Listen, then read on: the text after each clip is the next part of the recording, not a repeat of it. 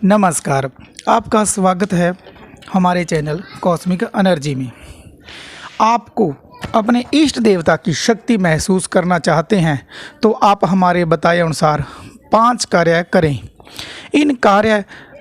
ये कार्य लगभग लोगों को मालूम होते हैं, पर हम अधूरी जानकारी और विश्वास के कारण ये फलीभूत नहीं हो पाते। क्योंकि विश्वास नहीं कर पाते हैं हम। आप विश्वास करें, इन 5 कार्यों को करिए। आपको अपने घर में उनकी आपके इष्ट की शक्ति और उनके अनुभव प्राप्त होंगे। बस आप इन 5 कार्यों को लगातार कम से कम 1.25 महीना या 51 दिन करें और आपके इष्ट की कृपा प्राप्त होगी। उनके अनुभव आपको प्राप्त होंगे। उनकी शक्तियों का आपके घर में विराजमान हो रही हैं आपको महसूस होंगी। आपकी बॉडी में चेंजेस आने स्टार्ट हो जाएंगे आपके इष्ट की कृपा से। पूजा करने से, आपको अनुभव प्राप्त होने से आपका आत्मबल बहुत बढ़ता है। जिससे आप पहले मान लो 5 मिनट पूजा कर रहे थे तो उसके बाद आप पूजा में टाइम ज़्यादा देना स्टार्ट कर देते हो, क्योंकि आपको अंदर से फीलिंग आती है, उसमें मज़ा आने लगता है पूजा करने में। तो मित्रों, हम आपको बता रहे हैं जो 5 कार्य हैं उनमें से पहला कार्य है कि आप जो पूजा करते हैं उसका समय निर्धारित करें। एक समय रखें।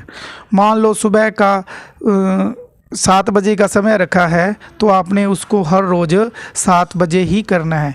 क्योंकि मान लो आपने 2 दिन 7 बजे की फिर 8 बजे करते हो तो वो गलत हो जाता है। गलत क्यों हो जाता है कि मान लो किसी को आपने बुलाया 7 बजे, आप उसे हर रोज़ बुला रहे हो 7 बजे, अगर उसको अगले दिन आप उसको 8 बजे बुलाओगे, आप याद करोगे तो वो तो निर्धारित समय पर अपने हिसाब से आ जाएंगे ना 7 बजे, तो वो हो जाता है। मान लो एक कोई टीचर है, वो ट्यूशन पढ़ा रहा है या आपने ट्यूशन पढ़ने जा रहे हैं मान लो टीचर के पास, तो अगर हम निर्धारित किया हुआ अपना 7 बजे का समय है तो हम 7 बजे जाएंगे उनके पास। अगर अपने 8 बजे जाएंगे तो वो जो आगे की क्लास होगी वो निकल चुकी होगी, या मान लो 1 ही घंटा करनी है क्लास तो फिर वो तो हमारी क्लास का समय निकल जाता है ना।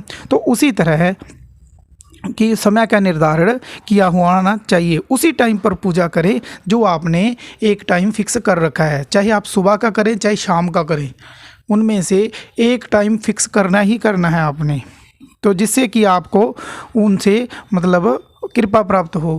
क्योंकि अगर आप आज 7 बजे किया, 7 बजे कर रहे हो, 4-5 दिन 7 बजे फिर 8 बजे करते हो तो उससे क्या शक्तियाँ रुष्ट होने शुरू हो जाती हैं। तो इसलिए आप समय का निर्धारित करें।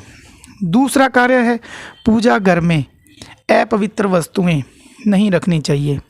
आपके पूजा घर में टूटी हुई मूर्तियां, खंडित मूर्तियां या किसी तस्वीर का कांच चटक जाता है या लोटा चटका हुआ या कोई प्लेट या कुछ भी ख़राब चीज़ नहीं होनी चाहिए, चटकी हुई चीज़ नहीं होनी चाहिए। आप उनको बाहर निकाल लें और पूजा घर में सफाई पूरी रखें। माचिस या धूप के अवशेष, बत्ती के अवशेष आपने इधर उधर बिखेर के नहीं रखने, उसको सजो के किसी डिब्बे में डालें और उनको सही जगह उसका स्थापन करें। और आपने बाती किसकी लेनी है? बाती आपने रुई की नहीं लेनी, कलावे की, मौली की बाती आपने बनानी है। क्योंकि उस बत्ती से ना उपयोग करने से शक्तियाँ जो जल्दी आकर्षित होती हैं। आप पूजा के में क्या यूज़ करना, आप सामान्यतः आप देसी घी का यूज़ कर सकते हो। अगर आप देसी घी का यूज नहीं करना चाहते या नहीं करते तो आपने करना क्या है, जैसे आप बाबा भैरव बाबा, माता काली के लिए आप सरसों का तेल उपयोग करें, ठीक है। हनुमान जी के लिए आप चमेली का तेल उपयोग कर सकते हैं और बाकी देवी देवताओं के लिए आप तिल का तेल उपयोग करें, क्योंकि तिल का तेल उत्तम होता है। तो इस कार्य को करने से आपके देवताओं की शक्ति और उनके अनुभव बहुत जल्दी प्राप्त होते हैं। हमारा तीसरा कार्य है कि एक मंत्र लीजिए, कोई भी आप मंत्र लीजिए जो आपको अच्छा लगता है, चाहे आपके इष्ट का है, चाहे आपके गुरु का है, जो भी मंत्र है आपके पास वही उसी को निरंतर जप करें। उठते जागते बैठते, है ना, सोते हुए, जब भी आप करें, जब भी आपका मन करे आप उसको करते रहें, उसका जप करते रहें।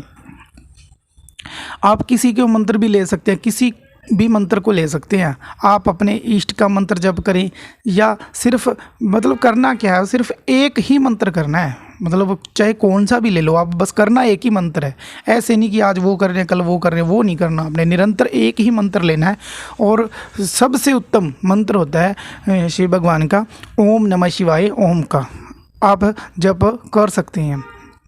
तो चौथा कार्य है मित्रों कि आसन पर बैठकर पूजा करनी है, नीचे बैठकर पूजा नहीं करनी है। आपने आसन लेना है, पहले एक दरी बिछानी है, उस पर आसन बिछाना है, फिर आपने मतलब पूजा करनी है। बैठकर पूजा करें, आसन के बिना पूजा फलित नहीं होती, क्योंकि वो क्या कहते हैं ना, जो भूमि होती है तो वो अपने मतलब एनर्जी होती है, क्योंकि देवता की शक्ति क्या एनर्जी है। अगर एनर्जी इधर से आएगी इधर से निकल जाएगी तो वो अपने शरीर में ठहरेगी नहीं, क्योंकि आपको पता है कि ऋणात्मक है, धरती का जो गुरुत्वाकर्षण होता है वो ऋणात्मक होता है, तो ऊपर से आई एनर्जी नीचे गई तो वो ठहरती नहीं है।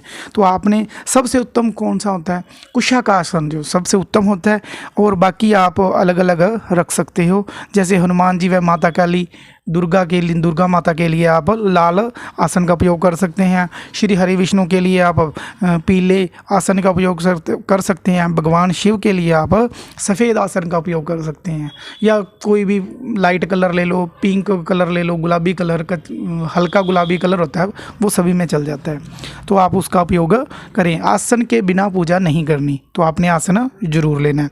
और पांचवा और अंतिम कार्य है, जिस माला से आप जाप करते हैं, जिस माला से आप जाप कर रहे हैं, निरंतर कर रहे हैं ना, उस माला को जाप करने के बाद तुरंत गले में धारण कर लें, जिससे आपकी बॉडी में उस माला में जो एनर्जी इकट्ठी हुई है वो आपकी बॉडी में समा जाए।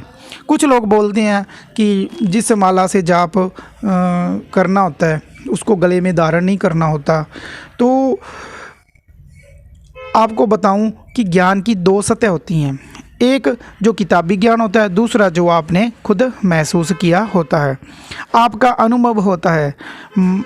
मान लीजिए आपके पिता हैं, जो आपका प्यार है अपने पिता के लिए, क्या आप किसी और व्यक्ति को वो वैसा प्यार कर सकते हो? नहीं कर सकते। तो वैसे ही ये अनुभव के द्वारा पता किया जाती हैं, बाकी उतना ही रहेगा, मतलब वो आपका अनुभव है जो आप वही शेयर करते हैं। तो इसलिए हम चाहते हैं कि आप जाप की माला को अपने गले में धारण करें। तो इन तमाम पांचों कार्यों को करने से आपको आपके इष्ट की अनुभव बहुत जल्द प्राप्त होने लगेंगे, आपका पूजा में मन लगने लगेगा। तो मित्रों, आप इस प्रकार इन 5 कार्यों को करते हुए अपने इष्ट की कृपा प्राप्त करें। अगर आपने अभी तक हमारे चैनल को सब्सक्राइब नहीं किया है तो आप सब्सक्राइब करें और ऑल बटन पर प्रेस करें, जिससे कि हमारी नेक्स्ट वीडियो आपको जल्दी प्राप्त हो सके और ये जानकारी आगे से आगे लोगों तक पहुंचती रहे। धन्यवाद।